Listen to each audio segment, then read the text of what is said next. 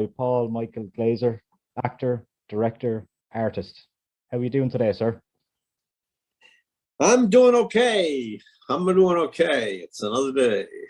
Another day. And what's life been like for you the last 18 months with all this pandemic and things? Has it affected your life in any way?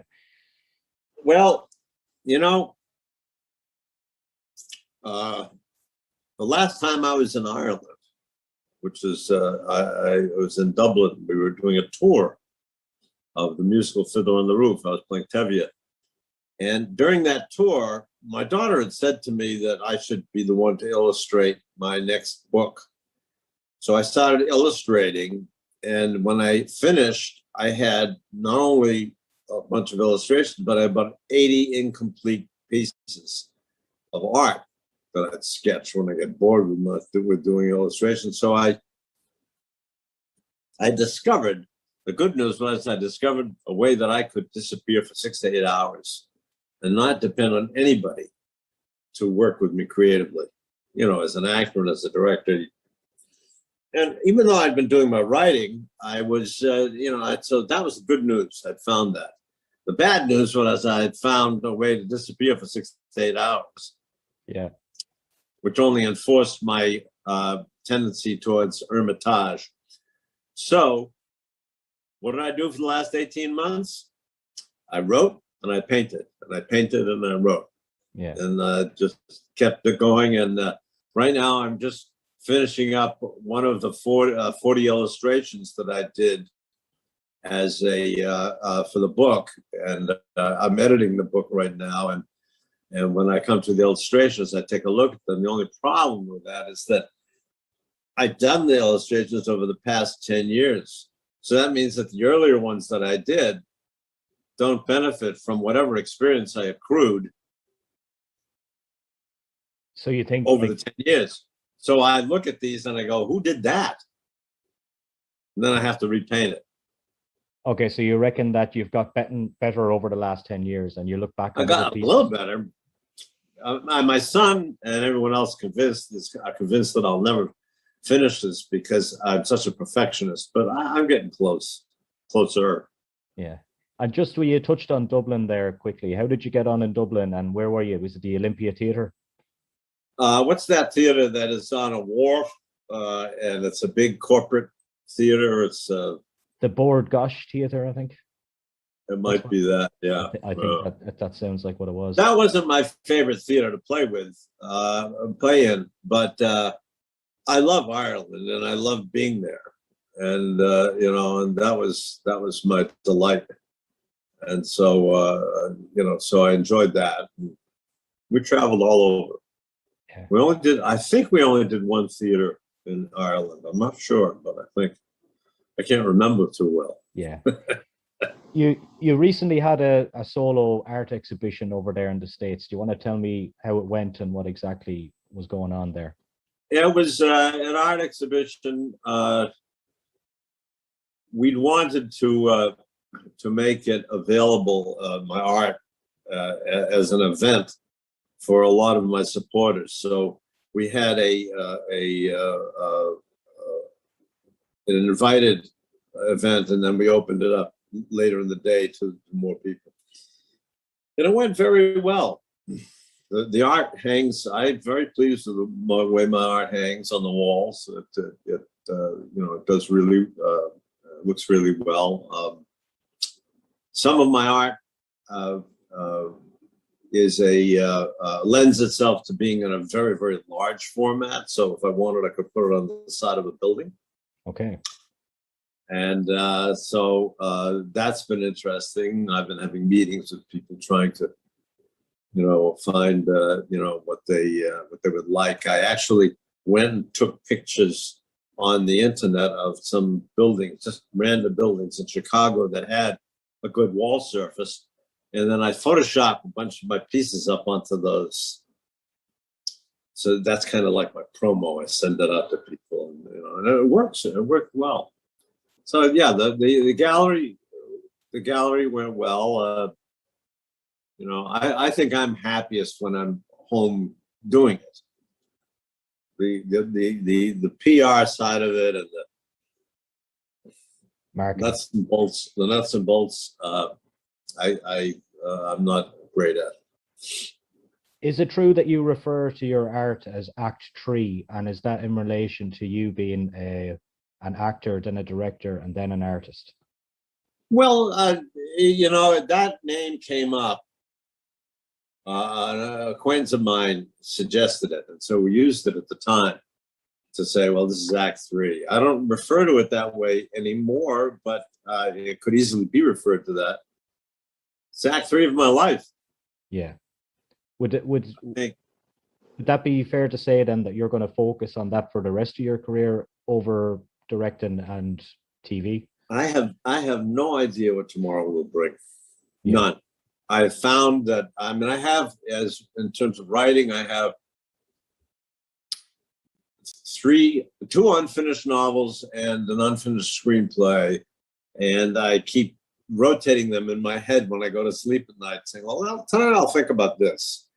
And I keep waiting to see which one is going to hook me. Yeah. So that's the one I go back to. But I enjoy that. I enjoy working with words, and I enjoy the ideas of, because you can do so many layers when you create as an author, as a writer. And painting too. I mean, the primary way in which I relate to myself, including my acting and directing, is a storyteller. Yeah. Which, by the way, storytelling in Ireland goes back thousands of years. I mean, that's, people are always saying to me, how is it they get such great storytelling in Europe? I said, well, look how old the place is. They've been doing it for a long time. And actually now in America, I find that storytelling is going by the wayside between the people's fascination with instant gratification and the internet and the shortening attention span. Yeah. And stories don't have such a strong foothold in our culture as they do in your culture, which is really a shame, because if there is to be a demise of this society, that will be it. Yeah, Europe is a very diverse place, like full with history. Like every country you go to is totally different over here. Right. Exactly. Yeah. What was your first creative love? Did you want to be an actor when you were young? Did you want to be a painter? Or did you want to do all those things? I think I wanted to do everything. My mother exposed me to an awful lot of different venues. And then I have two older sisters, and the middle child, my second older sister, she wanted ever so badly to be an actress. And so she was pursuing that for a while, and I think that had an influence on me. I think that's the direction I went. And then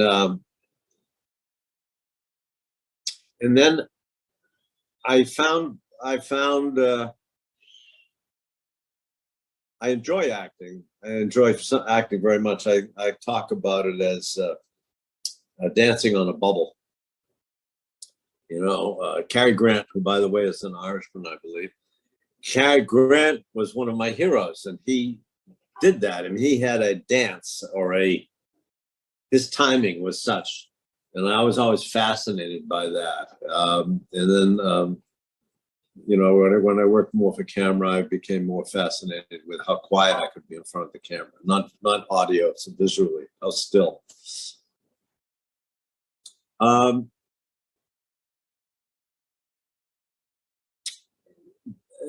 But then I started doing the series, and I realized that I didn't want to come to work every day and sit around for 12 and a half, 13, 14 hours and maybe go 0 to 60 in about, a dozen times.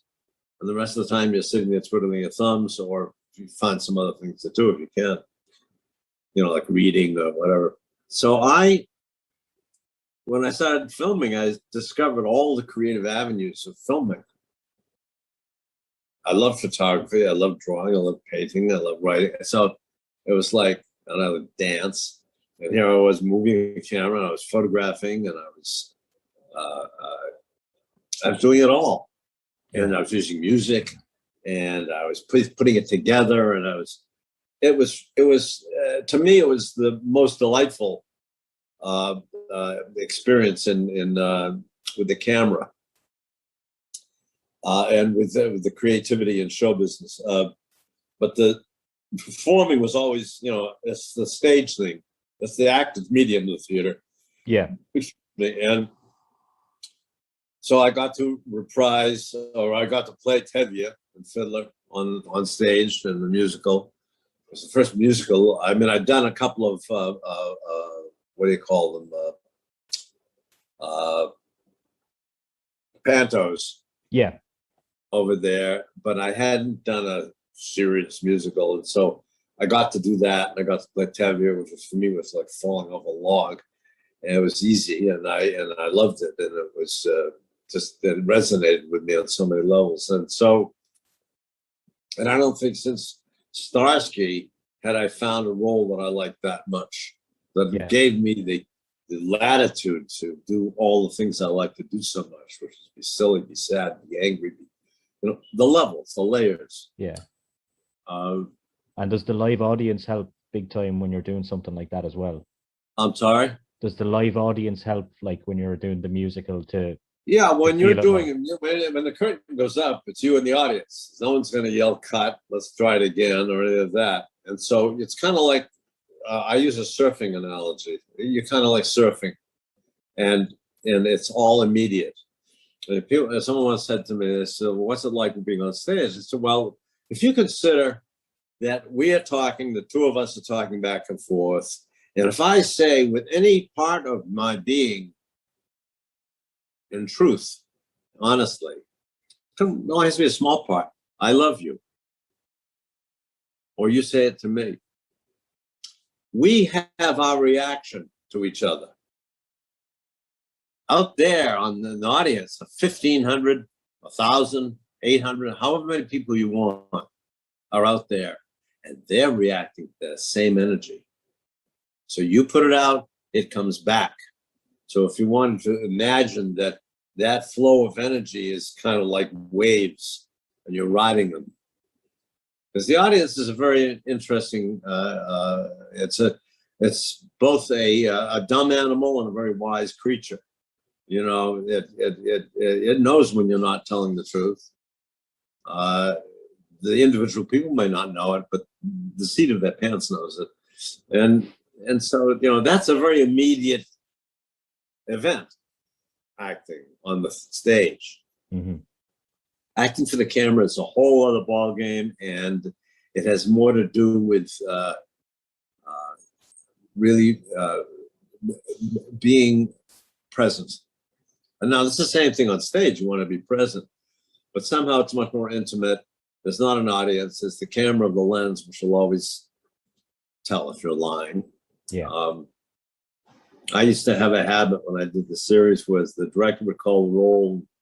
They call, roll the camera, okay, and then he'd yell action. When he yelled action, I'd turn and look into the camera and I'd say, hi. I was trying to get in touch with how I felt being photographed at that moment. Yeah. And that's my movement into what I was doing, because I was present. And how did that go down when you'd done that? Sometimes it worked really well. Sometimes it worked well. Sometimes I didn't have it together to own the amount of fear that I felt at the moment I said hi. Like, how am I going to do this? Yeah. When you look back at Starsky and Hutch, obviously the time it came out, and there was loads of iconic shows that were out around that time, and it stood the test of time. What do you think the main difference is between shows nowadays and shows back then? Well, we kind of touched on it, storytelling. Yeah. I think the writing today, it's interesting. If you go on the internet or you go onto the streaming channels and you look at the amount of series television, that would include streaming shows that come out of Europe and Africa and China and Japan, Korea, all of them.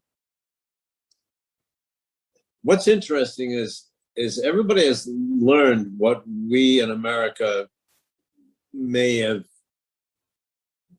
been a leader in terms of the technology of putting film together. Once they figure that out, their storytelling today is far better. Their characters are far more interesting. They weave things in and out. They keep you in suspense. They keep you intrigued. Whereas the American film industry and television industry is always aiming for that in terms of individual needs of writers and producers and actors. But by and large, it provides distraction, not inspiration. Yeah. There's a new actually TV series that started in Ireland this week, and it's based on true events of big drug gangs feud in Dublin. It's gone on over the last 10 years. But one of the big companies in America has picked up on this, and it's going to be airing over there. I can't remember exactly who it is, but I'll send it to you afterwards. But it's one of the big companies over there. So that's kind of what you're saying, is that maybe over here we don't see the shows that you guys see all the time, and over there you don't see the shows that we have. But what you're saying is maybe the shows that are coming from different places around the world are kind of maybe starting to eclipse those being made in America, and we might see some, so we might see a lot more. Because America is built on, the American entertainment industry, unfortunately, is built on personalities and the whole star cult, and and fascination with titillation and exploitation and who's your latest squeeze, who's your latest color. Reality TV as well, yeah. And reality TV as well, which is a big thing, because reality TV doesn't ask people to suspend their imagination that much. Mm-hmm. What you see is what you get, and what you get is might ultimately evolve into, oh, look, they do that too, or that's what their life is like. It's a bit like a peeping Tom, and it's there's no storytelling discipline. And the reason why storytelling is so important to us, I believe. Now, way stories are told may be changing, but I always imagine two prehistoric men sitting by a fire in the middle of the night out in the prairie, in the middle of nowhere. All those animals are around there, all waiting to come eat them. And these two guys are pretty scared. They're shaking. Finally, one of them picks up a rock, and he hits another rock with the rock. And it's causal. He made a sound with his hand. So he does it again. It does it again. It feels good. I like that. And the other guy grunts his appreciation.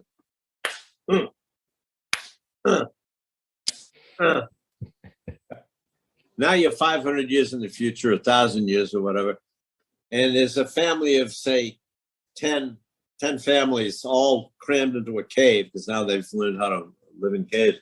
And they've all eaten too much saber-tooth tiger, and they're too tired. Nobody wants to bang rocks and grunt. So they choose somebody to do that. And that person becomes the storyteller, the rabbi, the priest, the shaman. And what the story is doing is it's reaffirming not only our humanity, but it's reaffirming our ability to overcome our fear of death. It collects us as a people and puts us in touch with each other, so we don't feel so alone. That's a very important element. And when I say, or anybody says that storytelling in America is either changing to something unrecognizable or not, or falling apart completely, that's what the society and all of its ills is manifesting. It's losing its roots. It's losing its sense of history. It's losing its sense of a journey, and what do I want in this journey, and can I do something? Yeah. And instead, it's being replaced by, what's around the world right now, which is a lot of helplessness and a lot of hopelessness. One of the things I wanted to ask you about the directing was, when you worked with Arnold Schwarzenegger, what was he like to work with as a director?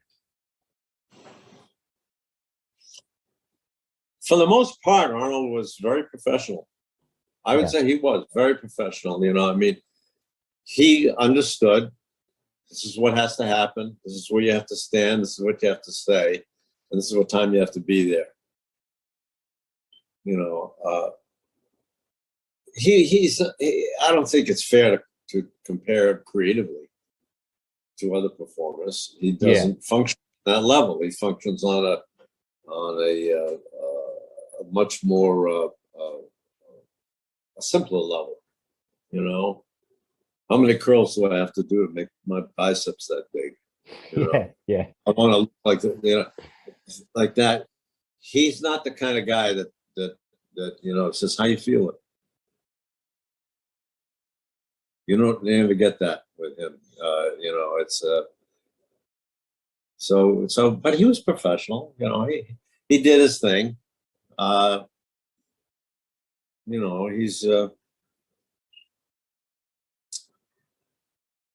piece of work. Yeah. All these roles were very similar, but very enjoyable at the same time. Like he's a true icon, really, as well. Well, I always kind of related to it like the fat lady in the circus, or the woman with the bearded woman in the circus. It's like, here's this person. They're a person because they look like a person, but they also look like some kind of a creation. And do they really feel the way the same as I do, and all of that? And what's it like to have a body like that? And so you go along with that fantasy. Yeah. You know, and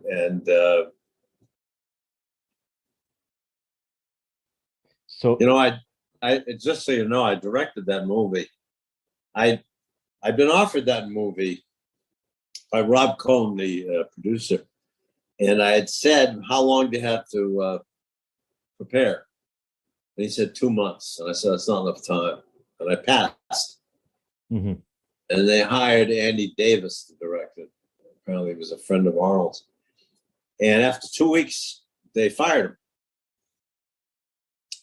And they came back to me and they said, would I take over the movie? You know, when I was directing, when I learned to direct on Starsky and Hutch, one of the things you learn in television is how to think on your feet and to be very adaptable and very fast and like that. So I had that ability.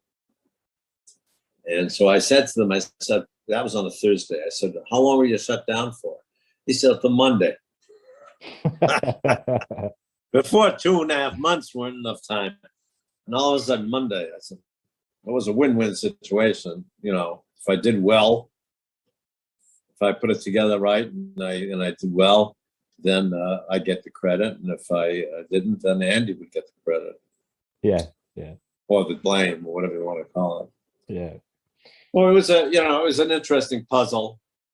I'd read a script similar to that, and so I was sort of interested in that whole world. So I had an affinity for that, but it was basically problem solving, which is what a lot of directing is. Camera directors always, it's all problem solving because you're always racing the clock and you're always trying to fit 25 pounds of shit into a 5-pound bag. Pressure. The sun's going down. We're losing the light. Have you got to do many fan conventions? Because I seen a clip of you on, it was in Birmingham. I think it was a couple of years back at I don't do a lot of those. No. I haven't done a lot of those. I'd probably do 1, maybe 2 a year. But you must get asked for tons and tons of them, yeah. Well, if you don't put your name out there, you don't get asked that much. And I don't miss it. You know, it's a bit of a one-way street. You know, people want an autograph, they want a picture, they want this, they want that, they want to shake your hand. And that's well and good. And I'm thrilled to do that. However, it's energy going out. And what I like is energy goes out and energy comes back. Yeah. So in the most simplistic way, you're walking down the street, you say hello to a pretty girl, it's just hello back. That felt good. Yeah. Uh, so what can I tell you? Yeah. I don't go out of my way to do. Yeah, it's just I do be talking to a lot of people on here from different worlds, and this convention world just seems to be exploding and getting bigger in America. Now, obviously, with the pandemic, it was all shut down, but Well, coming also back now again. The context and the subject matter is not relevant. In other words, it's more about people wanting a piece of history, want a piece of memory, want a piece of that. And unfortunately, you can't have a one-on-one with all of them. You can't sit there and share your thoughts and to a group of people. It's can I have a picture? Can I touch you? Can I hold your hand? Can I shake your hand? Can I get an autograph? Can I say hello? Will you say hello to me? Yeah, it's not personal enough, is kind of what you're maybe saying, is it? Right. Yeah, yeah. In terms of the future and the plans that you have, where are you going to be focusing your attention on over the next year? I'll be finishing the book I'm illustrating and editing right now, which is, this is one of those things that is like a labor of love. I was in between drafts on my first book, Crystalia and the Source of Light. This is 10 years ago. Yeah. I was in between drafts, and I was walking my daughter's dogs, and I saw a crow with a scrunched up claw. I thought, Hookfoot. And I went back to my apartment, and I sat in writing, and I wrote 30 pages on how he got that name. And then the next day I was walking the dogs, and I saw a one-legged seagull. And I thought, I walked closer to make sure it had one leg, because, it's sleep on. Yeah. And I thought, peg leg. And then I wrote 30 pages how she got her name. And then before I know it, I was having the two of these people, these birds, meet, and each had been thrown out of their accustomed role in their society because of their injuries. And they meet and totally dislike each other. But circumstances throw them together, so they have no choice. As much as they try to get away from each other, they have no choice but to survive together. And along their journey, they meet a parrot. And the parrot falls in love with the seagull. Okay. And the parrot says, "You are the most beautiful seagull I ever seen." He's like character. And I ended up writing, 380 pages. That was really interesting. That was fun. I closed it. I put it in a drawer. And then, and this was back more than 10 years, because about 8 years ago, I took it out of a drawer. I had some friends over, and I said, "Let me read you something." I started reading, and I kept laughing. I thought, this is not bad. This is pretty good. So then at some point, my son gave it to a friend of his who's successfully authored a number of children's books. And she came back and she said, "Oh, it's really lovely and everything, but I would simplify it and I'd make it more available for children, for young adults." Yeah. And to make a commercially successful book, I guess you would, about Three Birds. But I'd had the same conversation with Crystalia and the Source of Light, and I didn't really want to dumb it down any. I didn't want to simplify it more. A lot of my humor is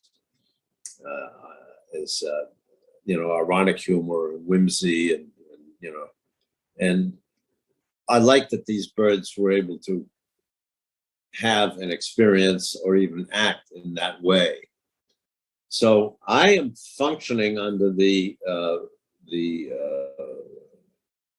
notion, if people are at all interested in this book, it's probably going to be a Robert Livingston Seagull kind of phenomenon, where we write a young adult's book for adults. And when do you think? Crystalia is, I wrote it for people in a best case scenario to take down from the shelf on Christmas, because it takes place Christmas Eve. take down from the shelf and read it aloud to and with the family, because it's about so much of the stuff that family is about. So who knows? I could be beating a dead horse, and I could, but I one of the things I became very impressed with over my career was that finishing is everything. We all understand that at some point. It's enough to have a good idea, but you got to finish it. Yeah. And so I have been like a dog with a bone. I'm going to finish this kind of hard water. And when do you expect it to be out? Well, I don't expect anything anymore. I'm humbled by the process, but I would like to think that it's within view. It's within vision. Paul, it was an absolute pleasure to talk to you today, and thanks a million for coming on.